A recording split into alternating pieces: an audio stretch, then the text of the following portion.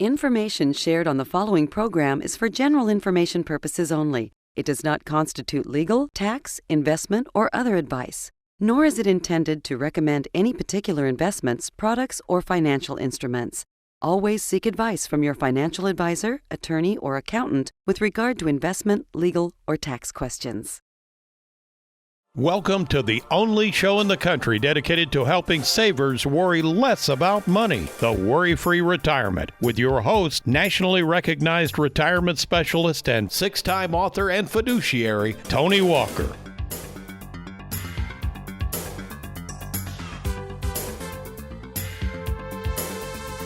Well, welcome, folks, to the Worry-Free Retirement. And yes, I am that little man in the sweater vest, retirement planning specialist and full-time fiduciary, Tony Walker.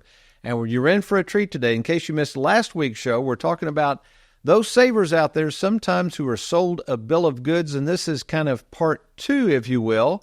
What we've been trying to cover is the idea that many of you who are getting ready to retire or maybe recently retired, you're going from one of the biggest transitions you're ever going to make financially. You're going from receiving a paycheck to all of a sudden having to take this money, this 401k, and try to navigate this thing called retirement and the complications and the changes that are going to come up. So this is really important stuff. And you just got to understand that you are very vulnerable out there to a lot of people that are after your money. Now, some of these people are very good, very legitimate, but there's a lot of people out there that, again, once they're going to make that sale, more than likely, there's not going to be much that follows, and you could be stuck in products or items that we maybe can't even help with. This happens a lot where people have bought annuities or they have real estate investment trust, and then they want us to move them over. Well, sometimes, folks, you can't get out of those without severe penalties. So this is really important stuff. And before we get started, let me introduce to you in the studios, of course, working hard on this show is America's favorite financial sidekick, Mr. Aaron Orender, along with Louisville, Kentucky's most laid-back graphics artist, Mr. Derek Hudson. And also back in the studio, come on in, Mr. Juergens, my favorite son-in-law, Trey Juergens. Thanks again for helping us out on this. Yeah, happy to be here. So summarize again where you came up with this idea of the show for today, and then briefly what we covered last week and what we're going to cover today. Yeah, I kind of summed it up into one phone call last week, but it's actually a phone call almost every day about someone being stuck in a product with another advisor. What can we do to help? Can they get a second opinion? Can we do anything to help them? And unfortunately, sometimes we can't do much like you just mentioned. So what we're going to do today is just kind of hit on how being sold a bill of goods might apply to retirees. I mean, that target market of 10,000 savers turning 65 every single day, they are following the money. The financial world knows retirees are the market right now. There's a lot of products that aren't process-oriented that they can just, with very little training, throw this money into. And before we get into some of those, I do throw up this article, Aaron, if you would. This was interesting, too, the warning shot over the bow where a lot of people, and this happened back several years ago, it's funny how things repeat themselves. People right now are encouraging people to borrow from their homes to go out and invest in other products. This is a scary thing, folks. So I remember I was trained by a guy named Bob Castellone, and there's nothing wrong with using equity from your home on things like, fixing up your home or things that are use assets that you really need. But to take money, to leverage your home, being charged high interest, which the interest rates are very high, and to go out and speculate with that money that you think you can earn more on that. So again, folks, talking about a bill of goods, just be careful of that, but apparently that's becoming very prevalent. Yeah, that's scary stuff. That financial world is seeking money. It runs on other people's money. Where can they find it? And if they don't have any spendable assets, they've got equity in their home, hey, what can I do for you? Yeah, that's right. Okay, let's go through some of these. This is really good you laid out. Let's go through the first one you laid out here on the bill of goods. This is guarantees without substance. So I know you've outlined this. What do you mean by that, Trey? Yeah, so when someone is looking to meet with an advisor, maybe they already have an advisor, maybe they've only had a 401k that they've put into with their employer, they go seeking financial advice, and all of a sudden they're guaranteeing these double-digit returns. This is what I've done the last 5 years. Just look at this. But, I mean, that's 5 years. What could happen next year? If you have that much growth or equity exposure, what could happen that following year when you dump your life savings with really no substance?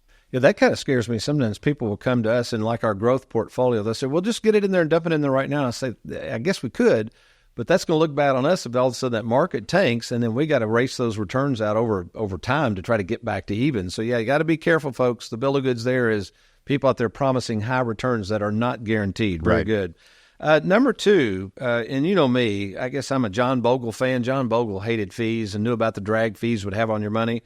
But speak to the fact of high fee products. Do you think, let me put it this way, do you think most savers that come to us, or do you think they're really disclosed by the advisors what these fees are? Not at all. We're often given statements to decipher. So if they're having a hard time reading a statement, they're really not going to dive deep into the expense ratios, what their actual quarterly fees are being billed.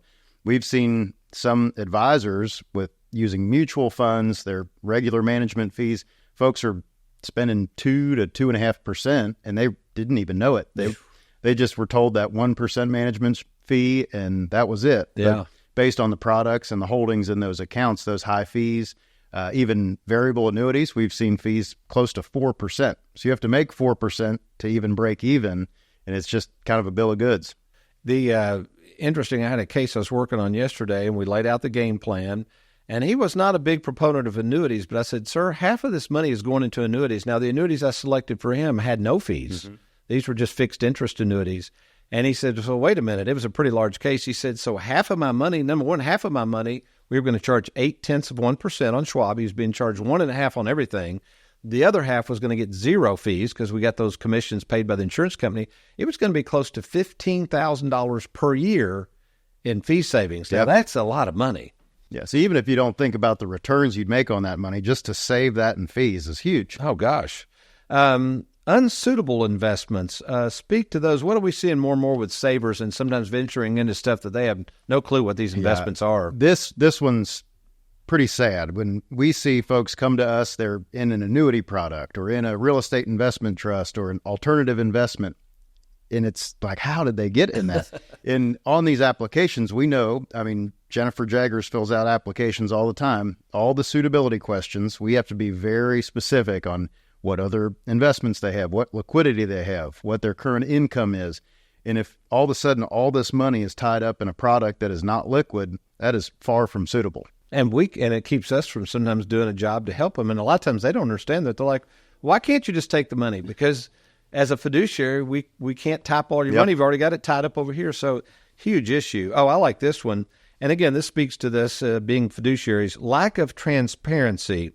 What do you mean by that? And can you give an example of a lack of transparency? Yeah, I think the most often example that we hear is advisors talking over someone's head. And if you say all this fancy financial speak and you really don't boil it down and be transparent about what exactly they're getting into, and the savers sometimes are a little intimidated to ask the right questions or might not know the right questions to ask, that transparency's gone, and that advisor is just kind of speaking down to the client, and they just believe them. They say, you're the professional. Here's my money. I hope you're a fiduciary and you do the right thing for me. Well, that's good, because that goes to our fifth point. Yep. The non-fiduciaries. Now, by the way, folks, if somebody's not a fiduciary, they could still be your advisor. We're not necessarily saying that's impossible, but speak to the fact that if you are working with a non-fiduciary, well, that's one thing. I know you're our chief compliance officer here at Tony Walker Financial. They really are not required by law to be transparent. Correct? So speak to the dangers of working with somebody that is not a fiduciary. Well, in our industry, there's kind of two sides. A representative from a big firm that's kind of selling what the top is telling them to sell. And then there's insurance agents selling products like annuities or life insurance. They are not fiduciaries by law. They could work in your best interest because they're a good person, but they're not regulated to do so. But as a fiduciary, all the forms we have to submit, all the regulation we go through with the SEC, as fiduciaries, we work in our client's best interest. We don't represent Charles Schwab. We don't represent we represent them, but we don't work for them. We don't work for them. Correct. Yeah. The insurance companies that back the annuities. But as fiduciaries, especially as we lay these plans out, that's what we're here to do, is explain and educate more so than just tell them what to invest in. And I think that's really helped us with the split IRA concept, folks. It's a wonderful concept because it gives them the best of both worlds. They have access to their money. They can put some money in the market if they want. They can get CDs through Schwab, all that stuff. And then all of a sudden we've got the annuities over there to kind of back it up. Right. So to make sure they don't run out of money. So good stuff. All right, Trey, we're going to probably come back I tell you what, I'm going to go to the monitor, I think, with this next segment. Is that okay? Because you got some good stuff laid out, but I'm going to go to the monitor. So, folks, you hang with us. You're watching the Worry-Free Retirement. I'm Tony Walker. I'll be right back.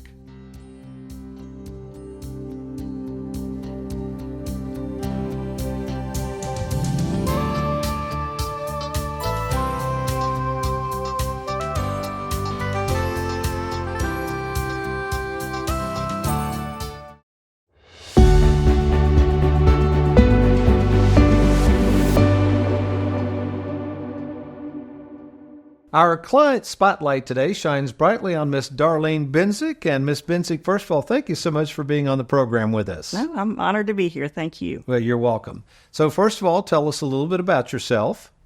Well, I have lived in the area for all of my life, quite frankly. Currently live in Oldham County. I'm a realtor for Caldwell Baker McMahon. Got to give them a shout out. Have 3 sons. And, yeah. And how did you find out about Tony Walker Financial? Well, my husband and I would watch you. I had rolled over an IRA years ago, so we knew of you, of course. But my husband and I, late last year, started talking about consolidating our finances because we were all over the place. And he kind of spearheaded that because he, way back in the day, was a stockbroker. So he had viewed through that lens in terms of he had understanding, I had Zippo. So we had been watching your show like before church every Sunday. And of course he viewed through the lens of your concepts and strategies. And he was like, spot on. And we both viewed the end of your show. You always tie it back to the Bible.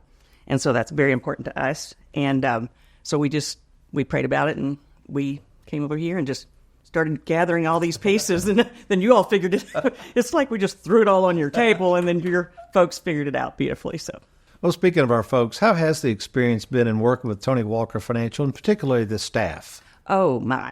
I've told everyone this, front to back. Usually you have bad apple in every batch, and there aren't any. I mean, everybody's been so helpful. And to back up just a little bit, when my husband initiated our changeover to Tony Walker, which I'm so grateful that he did, a few weeks later he passed away.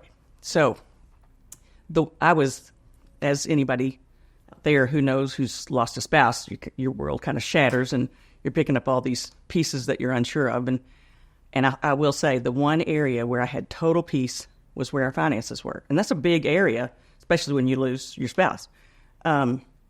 But because of that, he was the skilled one. I was not.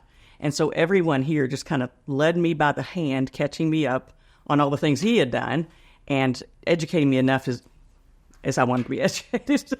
And then in where things were and how it was going to work. And then you sat down with me personally, and I sat down with Trey, and everyone's taken their time and always so patient in a time where I wasn't always on top of things like I usually am. So, yeah, I appreciated everybody front to back.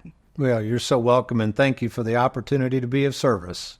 Absolutely. Looking for an advisor you can trust? Schedule your free phone call with Tony at TonyWalkerFinancial.com or call 1-877-499-9255. Welcome back to the Worry-Free Retirement. Tony Walker here, and in case you're just now joining us, beware of the Bill of Goods Part 2. And what I thought I would do is go into something called buyer's remorse. I don't know if this has ever happened to you, but maybe you have purchased what's called a bill of goods. Now you're stuck with those goods and something comes in called buyer's remorse. In other words, you thought, man, I wish I never even purchased this product. And believe me, it happens in the financial world all the time. So let's go over some. There's a bunch of them we came up with, but let's go over a few of these. The first buyer's remorse that we see a lot of times is something called a variable annuity. Now, keep in mind, variable annuities still have a place. I'm not a big fan of them, and here's why. Back when I first started selling variable annuities, back in the mid-'80s, they came out because it was a way to tax-defer mutual funds. It's really what the purpose was. The fees were not very large. In fact, the fees ran about 1.5% to 2%. But for people in a high tax bracket, it was a way to defer the growth on those mutual funds that normally kick off capital gains and dividends. The problem today, as variable annuities have started adding income riders and fees have gone up, some of these variable annuities can charge as high as 4% per year, which means you're going to have to earn 4% before you even get back to break even.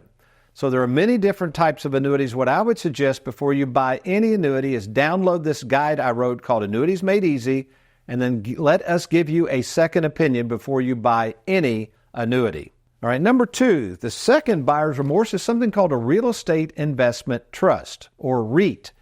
Now, a real estate investment trust, again, might have a place, but for most savers, what you are not aware of when you purchase these REITs is they are very, very difficult to get out of. And if you try to get out of them, a lot of times you can lose a boatload of money. So the whole point of a REIT is to provide good dividends, possibly a little bit of growth. And it's okay maybe to put some of your money there, but if you think if there's any chance you might need to get that money out, think again, because in many cases those REITs are very, very difficult to get money out of without severe penalties. So on the REIT, I would just say let the buyer beware. There's another buyer's remorse item, and that would be something called indexed universal life. Now, what the heck is that? Well, let me give you some history real quick. Indexed universal life is very, very new. It's a newer product, and it's a take on universal life, or flexible premium adjustable life, as we used to call it. I sold that product when it first came out in the 80s, and let me tell you what happened. Back in the 80s, when I sold universal life, interest rates had spiked. They were paying on these policies 13, 14, 15%. In fact, I remember when I was learning about the product, a gentleman was teaching me about universal life, said in the computer program, just assume 10% to be conservative, which is laughable now because those policies, most of them only pay 4 or 5%. The problem is, many of you who have universal life have realized this, those policies have imploded. Most of them lapsed because everything was based on making 10 or 15% return, which was impossible. In comes Index Universal Life. I'm seeing the same thing repeat itself, folks. Index Universal Life. If you are using this as a borrowing tool for tax-free retirement and for planning for tax-free retirement, very, very dangerous strategy. And I would say this, if you get an illustration from someone peddling Index Universal Life, make sure they run the illustration at an assumed rate of 3%, 3% max. And you're going to watch that policy all of a sudden do the same thing I think Universal Life did back in the 80s and 90s. It's going to eventually implode. So be very, very careful using any type of life insurance policy, particularly Index Universal Life, for retirement planning strategies such as tax-free income. Very dangerous strategy. Let's see, another form of buyer's remorse, target date funds. Now, what is a target date fund? Well, this was a very shrewd, ingenious invention by the mutual fund industry. Nothing necessarily wrong with target date funds, but they can be very misleading. A target date's purpose is to help a saver who knows nothing about what to select within a 401k plan try to select mutual funds that someone has arbitrarily said would be good for the date you're going to retire.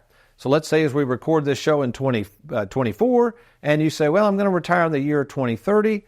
It would be easy if you don't know anything about investment selection to go down a list of investments and select the target date 2030. Now, what does that mean? Is it guaranteed? Is it safe? It doesn't mean any of those things. And as we can see from this graphic, in the last couple of years, some of these target date funds that were supposed to be very safe have lost a ton of money. So what I would say is check with us if you're having trouble distinguishing whether you should invest in a target date fund or some other fund within your 401k. We would be happy to talk to you further about that. And finally, one of the buyer's remorse is the rate of returns on indexed annuities. Now, folks, I'm a big fan of indexed annuities. We try to remind people, we have for years, that indexed annuities, again, they are not guaranteed to make you any money. They're guaranteed to protect principal. That is the purpose of a fixed indexed annuity, and most of them do not have fees unless you attach an income rider. So you have to understand something. Yes, depending on what the market does, the indexed annuity may go up, but there are times, and we've seen this with some of our contracts, even when the market goes up, the fixed indexed annuity may not go up with it. That's because the fixed indexed annuity is tied to what's called a renewal date.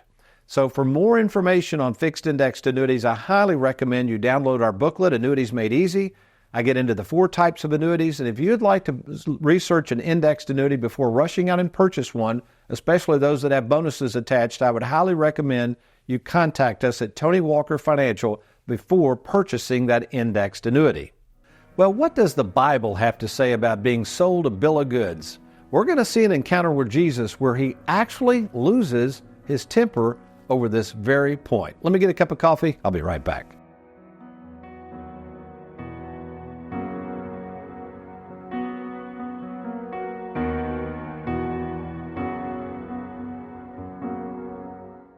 So Heather, you get to do the delivery appointments in the Bowling Green office. It's one of my favorite times meeting with clients. And I think it's nice because a lot of the time when they come to us, they have no game plan. They really don't know what money is where. And there's a little bit of time where we have to get money transferred. It may take 3 weeks to a month sometimes to get insurance companies to issue annuities, but that final binder meeting is so fun. Can you speak a little bit to how nice those appointments are? Absolutely. So, yeah, the final binder is kind of the cherry on top. So the clients have been through this process, filled out paperwork with us. We've tried to assist in any kind of money transfer, whether it be rollover, direct custodial transfers. And then we present, this is your final binder. So this is exactly what happened and what you can expect. And a lot of times, and you've probably seen it too, they get a sense of relief because entering a retirement or making a big change in retirement is very stressful. It's one of the biggest decisions you have to make. But when they see that there is an organized plan in place and, oh, this is really happening, they go away with such of a sense of relief and trust in us. That's exactly right. I think that sense of relief and knowing that it is that organized, it gives them a physical representation of the work that went into laying this plan out. So we get to look good. We don't even have to put the binders together. We get to look good delivering them, but to have a place for future statements, to have a conversation starter to let your beneficiaries know who to come see and what to bring should something happen to our clients that pass away. It really just gives them kind of like you said, the cherry on top. Yeah, exactly. And I mean, even as something as simple as we have our staff page, it's one of the first pages in the binder. I think that gives the clients the sense, okay, I am not alone in this. There are people backing me and helping me along the way. You're exactly right. Thanks so much. All right, thank you. Looking for an advisor you can trust? Schedule your free phone call with Tony at TonyWalkerFinancial.com or call 1-877-499-9255. In the movie The Flim Flam Man, the late actor George C. Scott plays a con artist by the name of Mordecai Jones, who journeys through the small towns of the South performing the classic repertoire of the confidence game, card tricks, fake identities, the lost billfold gambit, and the bargain to be had on a shady deal. The theme of the movie is Jones' ability to focus on winning the sucker's trust and then, as we have discussed on the show today, selling them a bill of goods by taking unfair advantage of the situation at hand. This taking advantage of others by selling them a bill of goods was on full display where in Mark 11:15 we read of the one and only time in Scripture that Jesus loses his temper as he stumbles upon the local hucksters selling their wares inside the temple gates. Of special note during the tirade by Jesus, he not only drives out the sellers, but also drives out the buyers. A reminder that God will not be mocked when we come to worship him, but instead venture off into the trappings of preoccupation that the world might be offering at the time. This trend of taking advantage of unsuspecting Christians at or near God's house and distracting them from focusing on God is a trend that not only affected Christians in Jesus' day, but plagues unsuspecting Christians today.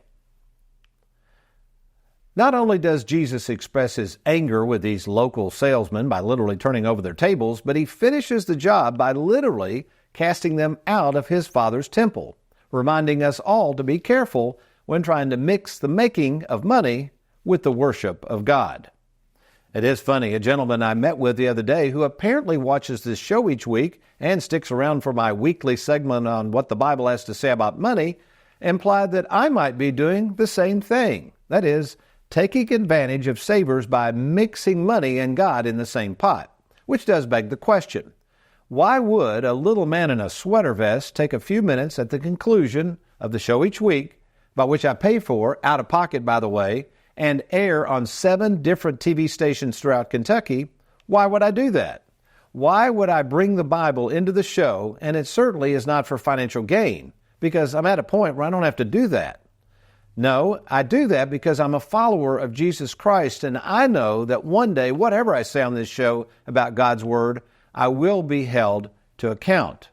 That is, the consequences of leading people astray from God by preaching about money and knowing that it is not worth the risk to me to be one day cast out like the money changers as a result. Believe me, this weekly feeble attempt of mine to share encouraging words from the Bible to make an extra buck is not why I do it at all.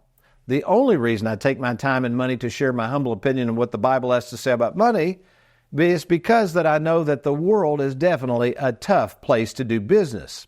And if I can use my experience in the financial trenches to encourage others by reminding them of where to place their faith and trust, that is in God and not money, well, I'm going to keep sharing the good news of Jesus Christ for as long as God will allow me to do so.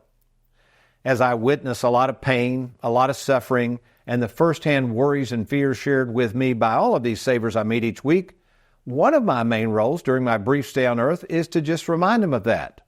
At this point, that contrary to what the financial world keeps preaching, your happiness and your joy in this life will not be about the money. That's because this journey, while certainly dependent on, to some degree, money, is not about the money. Money, folks, is just a tool. It's just a commodity. It has no lasting value, and for sure, as I remind savers in my book, Live Well, Die Broke, whether you have a little or have a lot, you really can't take this stuff with you. I will say this. I am grateful that for the past 30-plus years in hosting TV shows, I've been able to share words of encouragement with you as God has blessed me with the ability to do so. As for what you decide to do with my message each week, my only hope is that it motivates you to crack open your Bible so you can see for yourself how God is speaking to you. That's it. Nothing more and nothing less. So the next time anyone, including me and even those in your church, begin to mix money and religion in the same pot, for sure, be a little skeptical. But also know that armed with God's Word and God's Spirit, you will know whether their message is for you or maybe that message is meant for someone else. And on that note, I'll leave it at that. Well, speaking of whether this information shared on this program each week is meant for you or possibly meant for someone else, there's only one way to find out if we at Tony Walker Financial could be of help to you in creating what we call a worry-free retirement. And we just need to talk. And man, if we made this easy, we call it the free 10-minute fiduciary phone call, and it costs you not 1 red cent for you and I to talk. It's easy to do. You can do it in 2 ways. You can set up your call by logging on to TonyWalkerFinancial.com. That's TonyWalkerFinancial.com. You're going to click on that little red button there. And then when we get your information, we're going to contact you to set up that free phone call. Hey, internet not your thing? No problem. You can call us 24/7 at the following number. It's toll-free, 877-499-9255.